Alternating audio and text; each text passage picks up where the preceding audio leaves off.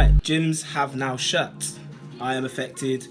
People like yourself who are watching are affected. If you're a personal trainer, it means you're temporarily out of business, potentially. But within the industry, I'm sure you're trying to find ways to adapt, as I am myself. And with the client basis that you have grown, a lot of those clients are going to look to try and help you out if they are able to help you, if they're in a position to do so. Talk with your clients, help them out, and I'm sure they will help you out too, as you have done previously. But I'm going to talk about building muscle during not being able to go to the gym. Now, every person right now who is in the fitness industry is probably looking at ways to do things online, fitness classes, home workouts, and that's great, and I am included in that spectrum. One of the things that's neglected though is building muscle. Everything's about potentially maintaining muscle, just trying to stay fit and stay motivated, but not everybody wants to do that. Some people will go into a negative mindset because they're losing muscle tissue and they'd rather be pumping iron and building it. So I'm proposing a little thing that may help us be in a position to build muscle. So first of all, your selection of resistance. How are you going to create resistance in your home? If you've got absolutely no equipment whatsoever, I've shown you in previous video how to utilize a towel to work some of the major muscle groups in the body. The back is one of the trickiest ones to go for. If you haven't got a pull-up bar in your house or in your garden, everyone struggles with that.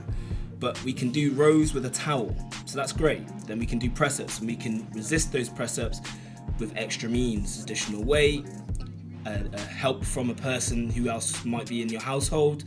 You've got to be creative. That's the only problem. That's where people lack. But the easiest solution to creating resistance through training is to get yourself a set of these resistance bands for me to build muscle with. You go to jdfitco.com. I've put in my links a recommendation of resistance bands that I use for all different stages. In fact, let me go get those for you real quick. So to help us create this level of resistance that we need, we can use resistance bands. We will get a vast selection of different resistance and capabilities. So we have the red band, pretty light, useful for many. Next, we have the black band, slightly heavier in resistance. And as we go up in the colors, we go to purple, it gets heavier again.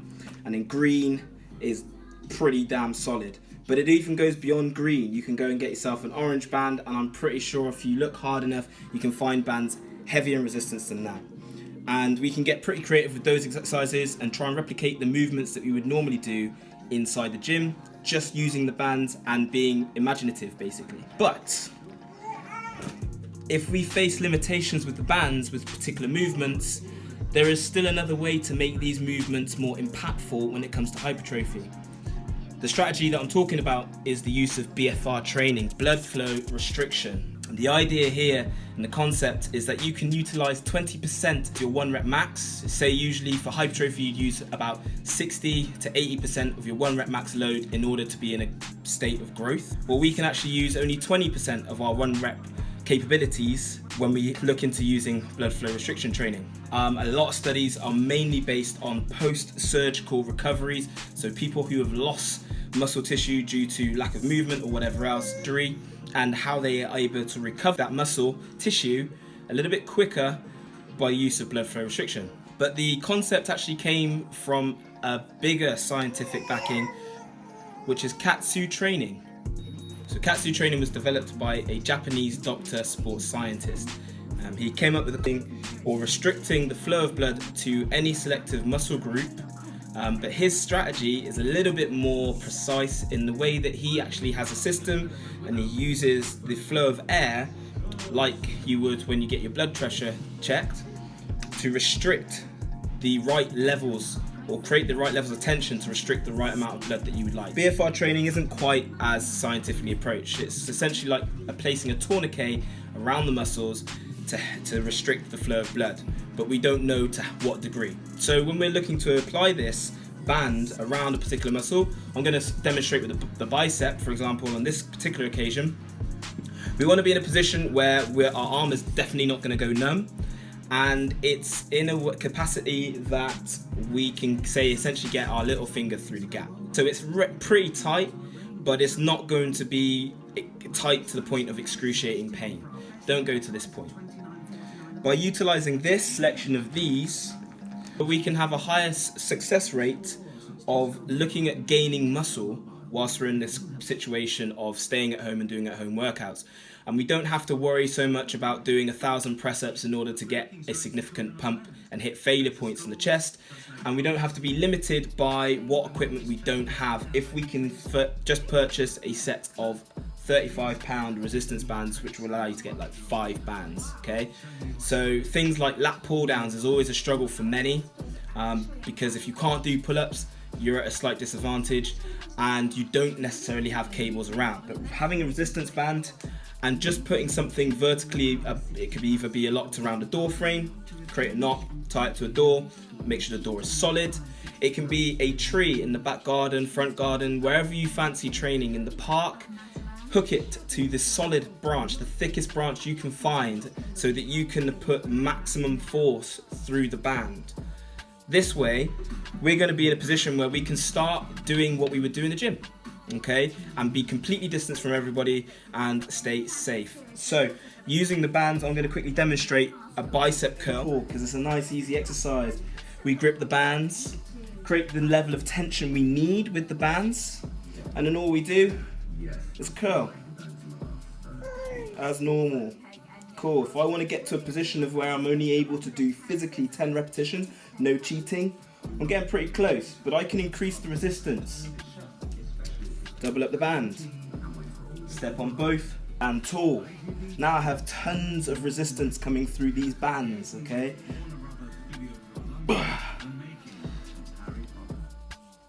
Maybe too much. Got 2 rep max out of that one.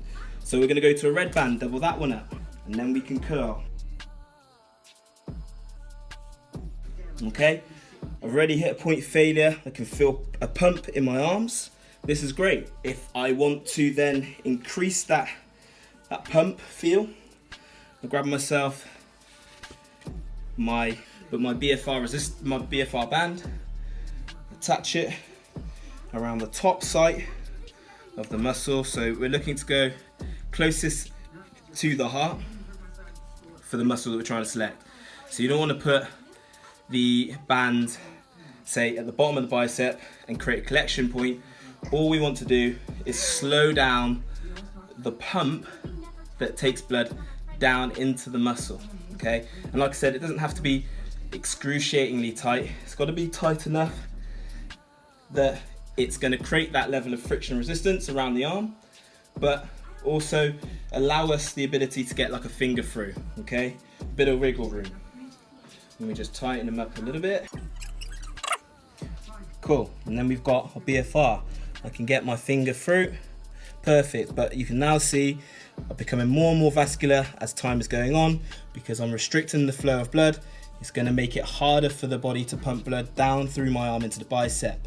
This is going to force me to rely more so on my type 2A and type 2B muscle fiber types, the fibers that are allowing for growth in the bicep, in the arm. Then I come back to my band, and obviously I would do this with both arms, but for now, just use the one. Double him up, because it's going to be the right resistance for me to hit 10 repetitions. Take the band, right?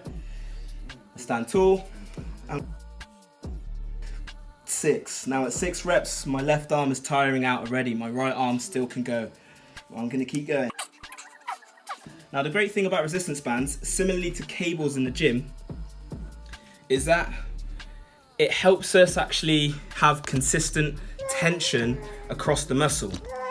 So I'm a big fan of using cables, but I'm also a big fan of using resistance bands to add to what I'm doing in the gym, because of the fact that when you're using dumbbells and barbells, you're working against how a weight or reacts against gravity.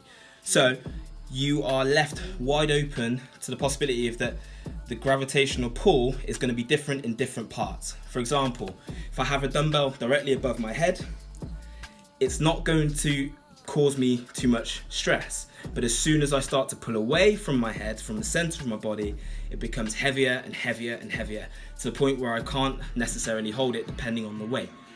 With a resistance band, the pull is relatively consistent. So when we are here and there is no real force coming down, the resistance is still strong, so I'm still having to work at each point of the resistance. So we've got the beauty of being able to do this at home with resistance bands. and I'm going to put together additional exercises. The biceps are pretty easy, right? But I'm looking at all the other exercises that you can do as well. So check out this little montage clip.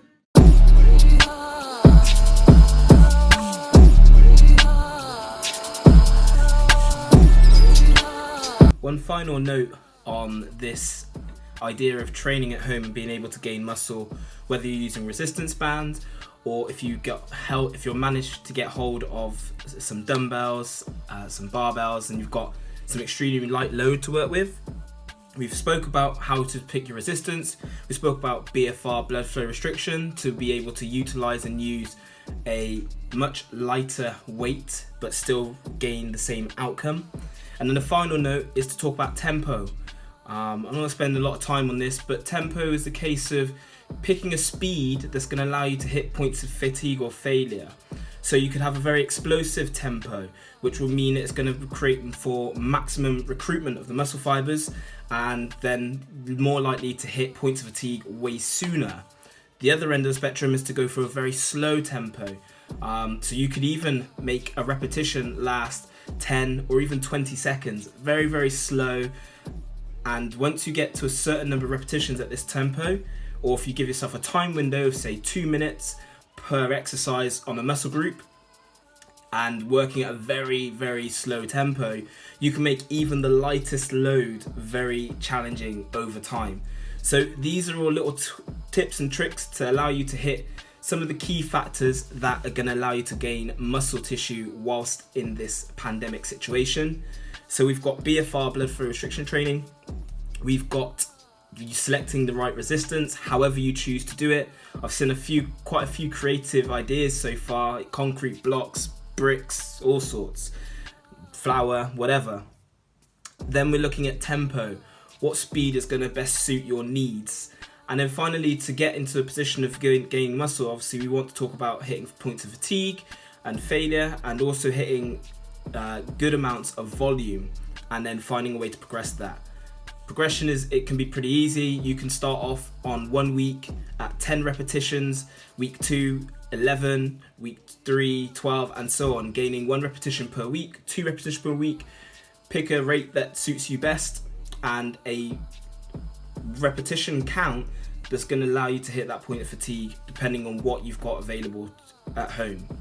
So that's my best approaches to helping you be in a position not only to maintain muscle but to actually gain muscle during this period of time of the pandemic. Hope that helps you out, guys. Give it a thumbs up, a likes, share, and spread the word. Support everyone if you can. Like, shares, they all help, they all add up. So do that. Catch you in the next vid.